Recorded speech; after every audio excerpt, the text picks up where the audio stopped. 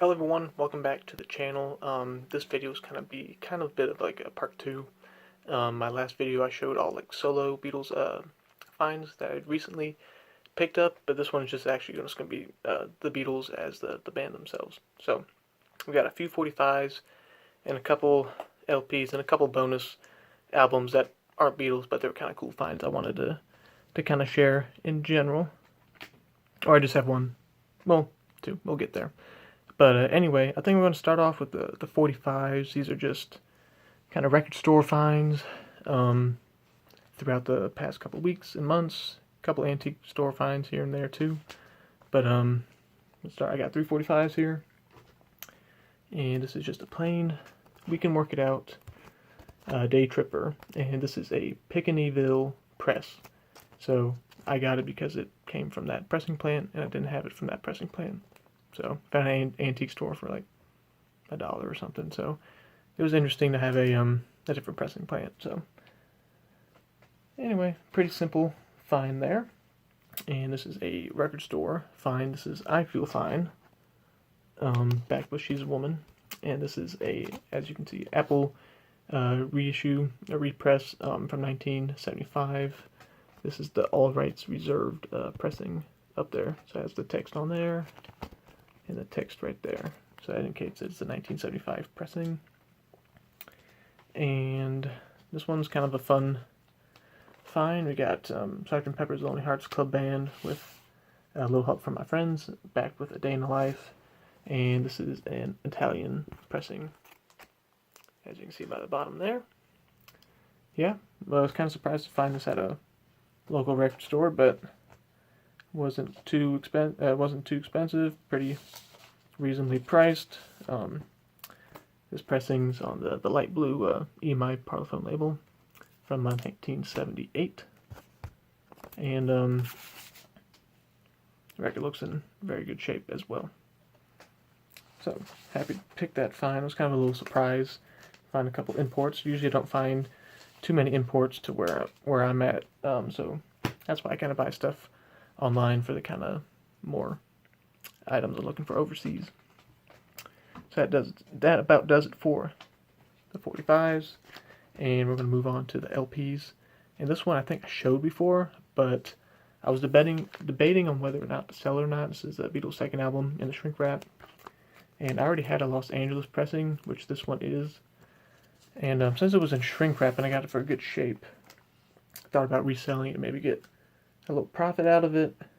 But when I was like looking it up on Discogs, this pressing doesn't have a number indicating that it's from Los Angeles pressing plant or any pressing plant. Just by the matrix number, I know it's from LA.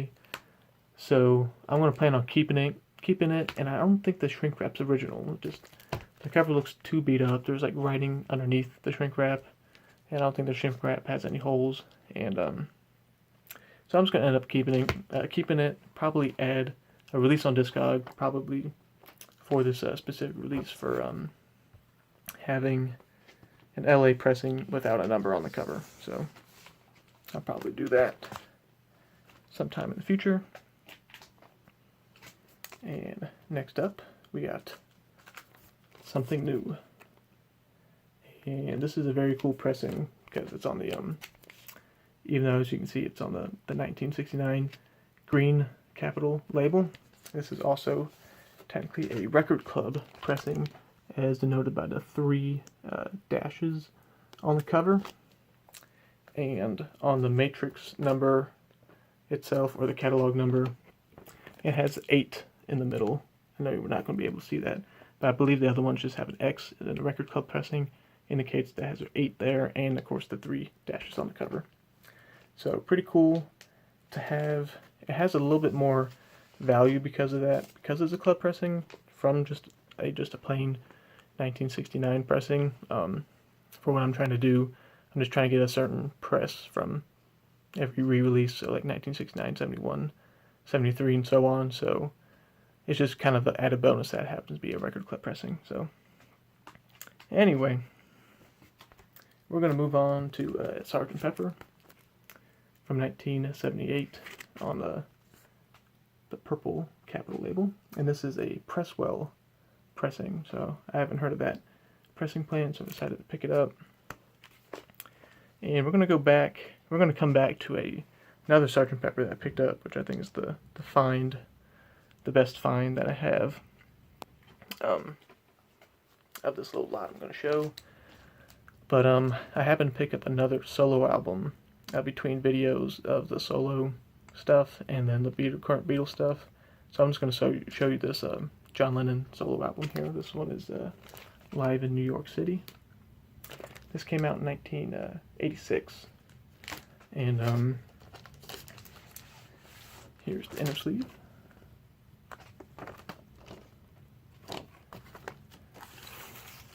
And it's just on the Throwback Capital label. And a cool thing about this album, I got this at a local antique store, and it had some newspaper clippings inside. And I'll pull that out after I put this back here. Okay. Alright, the cool thing is that it has original newspaper pages from December 9th, 1980 and December 10th, 1980, talking about John Lennon's death. So, even though a bit of sad news, it's also some historic news as well, so I thought that was a really cool add-in to the album. And so that was December 9th newspaper. And here's the December 10th, talking about the death suit, I guess, about John Lennon's death. Again, as you saw, the other newspaper had a couple Beatles pictures. I'm not too sure if this one had anything. Well, there you go, it has another article. So, anyway, even though a bit of sad news, again, still kind of historic, and I'm glad to have that be part of this album, because I don't have anything really original to about his death, I guess. So anyway, so here is probably the best find of the lot, I would say. And it's another Sgt. Pepper from 1978. We have a colored vinyl version from France, as seen by the hype sticker there. And this album is like near mint. It's in really, really good shape. Let's see, glossy cover here.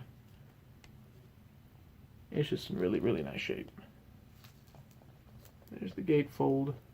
This one has two pockets, and the other one is holding the cardboard cutout. And what color is it going to be on? Well, it is on a very nice, bright orange on the Parlophone label. And again, very, very nice shape. I've seen a couple videos out there showing these records, and I wasn't really planning on buying every single variation out there. I was hoping for just like maybe one. So I was very surprised to find this at a record store. And so I just kind of sold a couple things from my collection, non-Beatles related, so I had a little bit extra money, and the timing was right, so I just decided to pick this one up. But since these look really, really nice, I'm not going to complain if I find another one that's a different color, and hopefully the price will be right as well there too, because they are pretty cool albums on some very unique colored vinyls. I don't know if I'll pick all of them up. Probably won't. Don't want to go down that rabbit hole. But anyway, one is fine for now. And that makes copy like 28 of Sgt. Pepper's. So I probably need to slow down on those albums anyway. But anyway, so here's the bonus album I was going to show you. I've always been searching out for this album. It's a very kind of common album. This is going to be the Mamas and the Papas, If You Can Believe Your Eyes and Ears. And I've always been told that there's a uncensored version. So every record store, every antique store, and whenever this record comes up, I always take a look and see if it's the uncensored version. So if you don't know, the uncensored version has the toilet shown here. and the other copies have like a little banner or a little post-it talking about the singles on the album. And there you go. I thought it was just kind of a funny find. I just looked and, oh, there it is, the uncensored version. And I got this, as you can probably see, I got it for $10. And on Discogs it goes for quite a bit more. I don't think they knew what they had.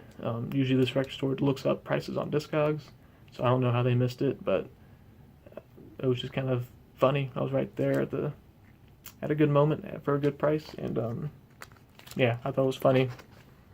I thought it was cool find. I thought I would let you be aware of that version if you didn't hear already, so you can always check. You can find a good uncensored version, probably an antique store, maybe for $1. You just want to know that those are out there. So anyway, I hope you enjoyed this Beatles update. I'll have some more videos coming up soon on some record road trips that I have. I'll be going to meet a friend in Atlanta, go to a few record stores there, and then I'm also meeting some relatives in Pennsylvania, so I'll be going to some record stores up there. So stay on the look for those records, and thanks for watching.